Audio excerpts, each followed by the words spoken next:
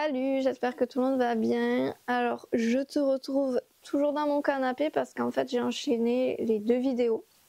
Parce que là, on va parler de l'élevage. Et c'est une vidéo que j'avais en tête déjà depuis quelques semaines à te faire. Donc, voilà, je profite d'être toute seule à la maison pour pouvoir la faire.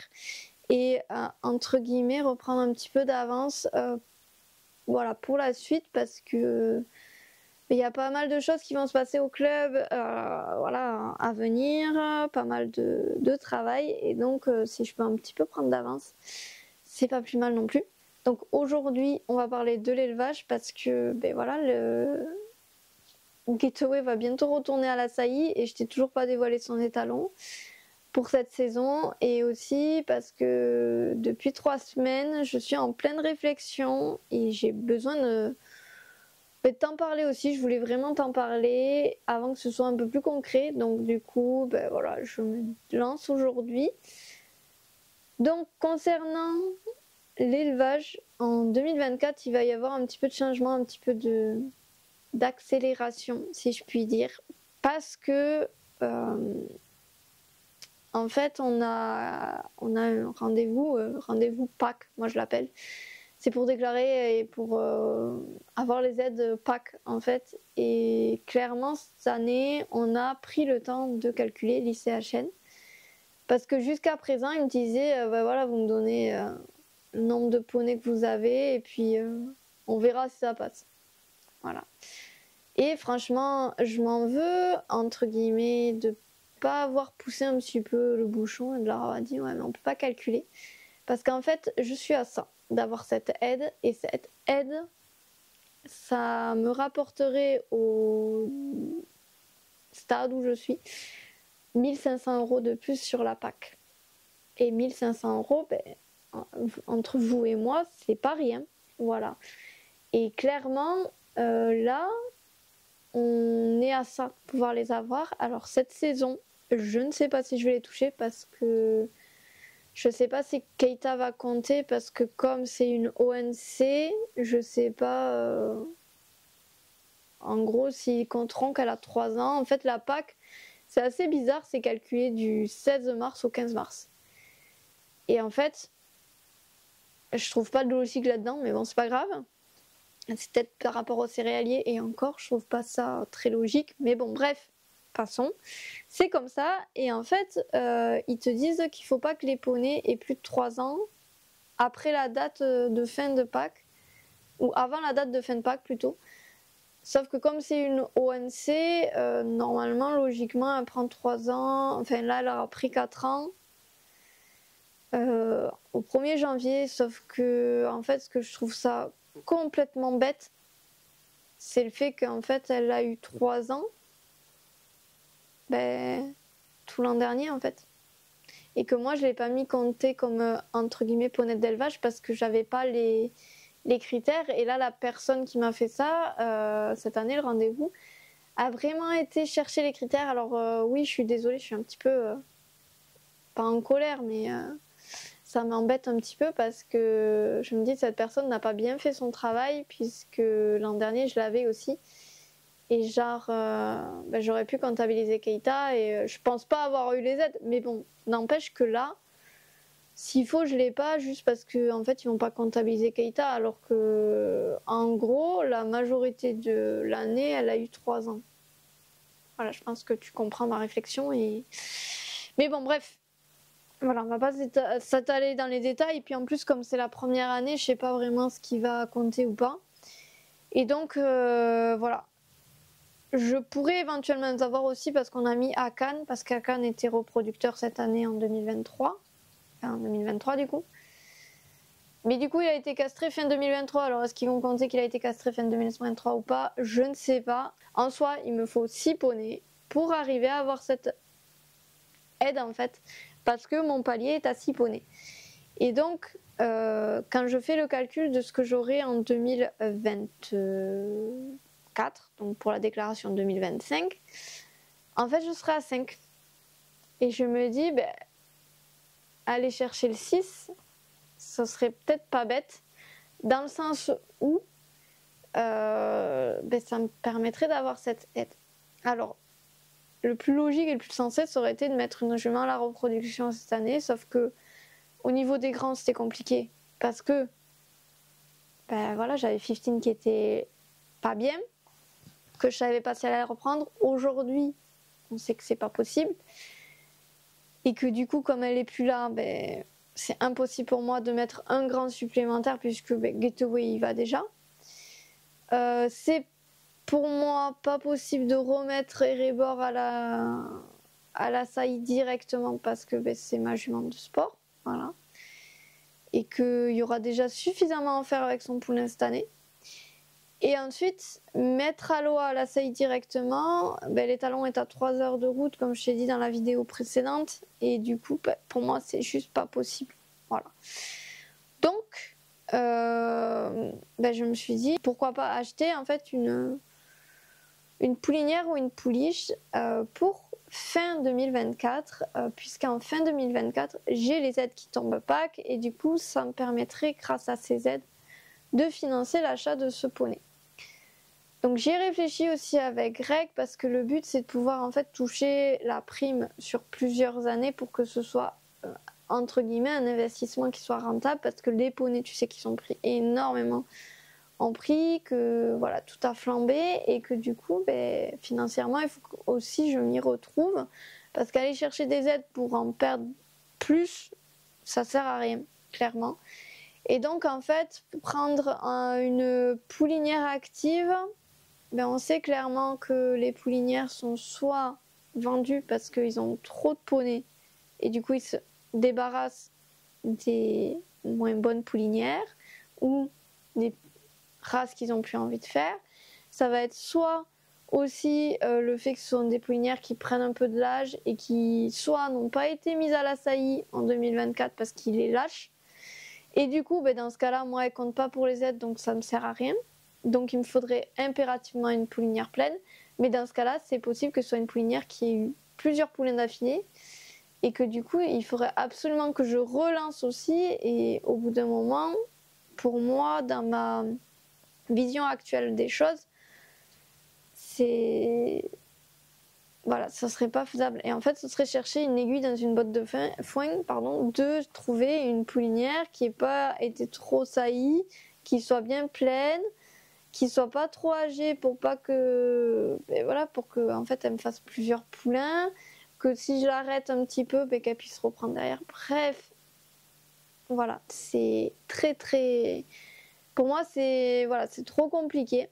Et donc je partirai plus sur une jeune. Pourquoi? Parce que ça me permet ben, de pouvoir un petit peu la travailler, de pouvoir aussi travailler comme j'ai envie et de pouvoir faire tous les tests comme là j'ai fait avec Aloha et Erebor pour l'arrivée des poulains.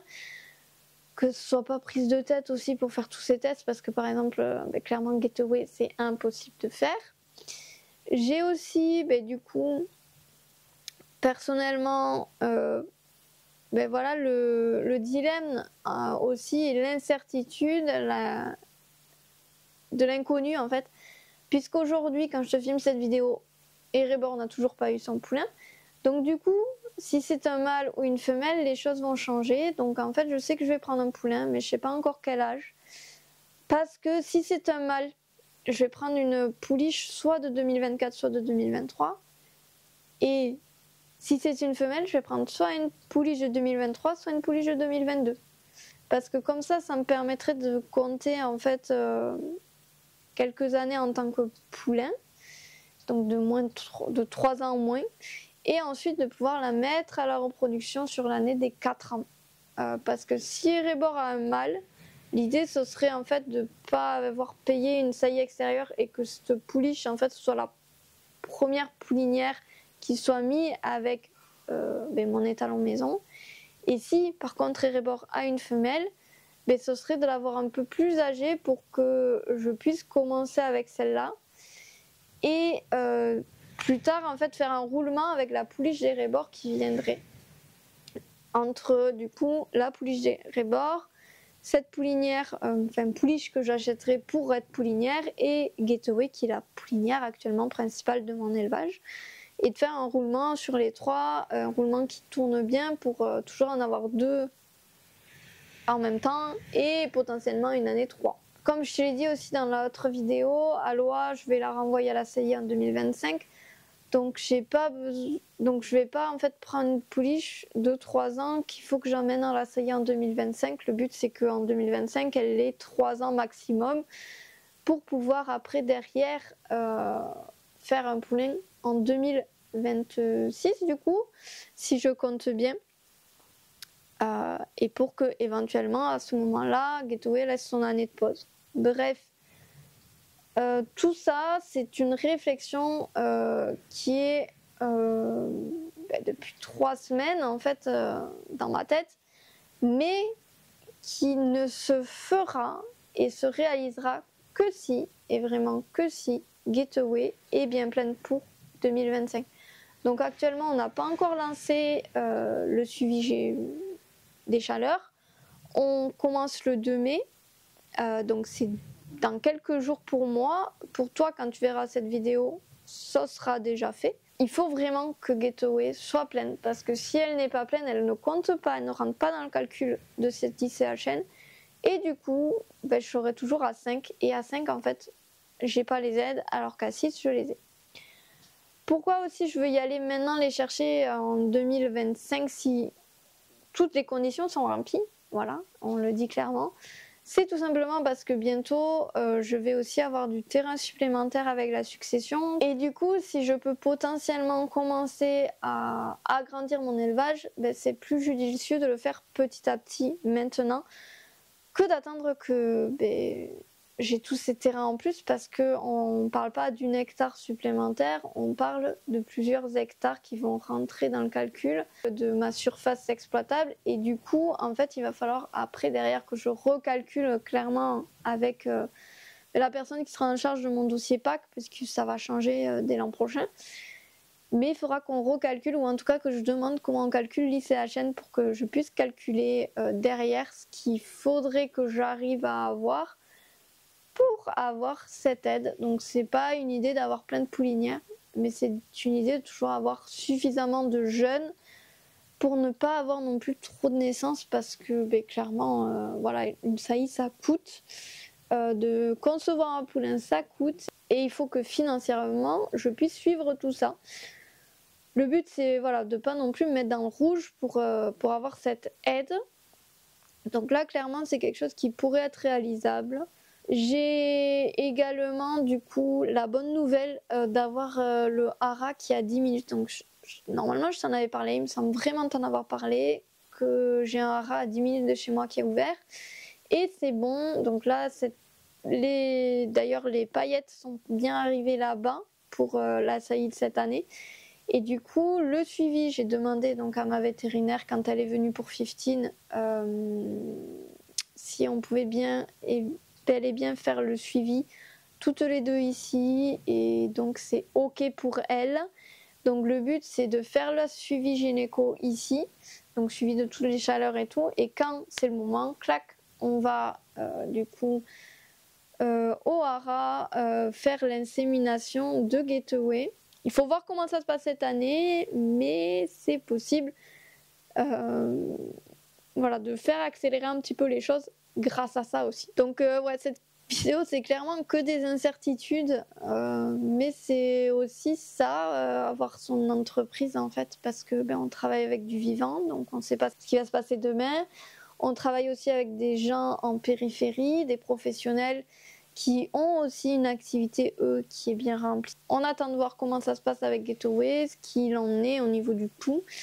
Comment elle me facture ça aussi la vétérinaire, parce que c'est différent de ce qu'on avait jusqu'à présent. Et voilà, je pense que clairement ça va faire un petit peu voilà, un petit peu son chemin, mais qu'en 2024 normalement voilà, il n'y a rien voilà, qui est supposé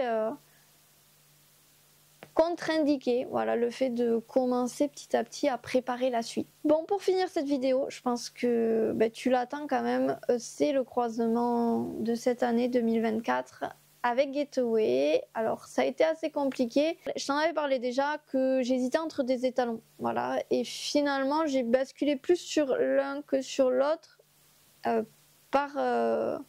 en fait, recommandation d'une amie éleveuse qui m'a plutôt conseillé cet étalon-là. Donc j'ai de suite fait les démarches. Donc c'était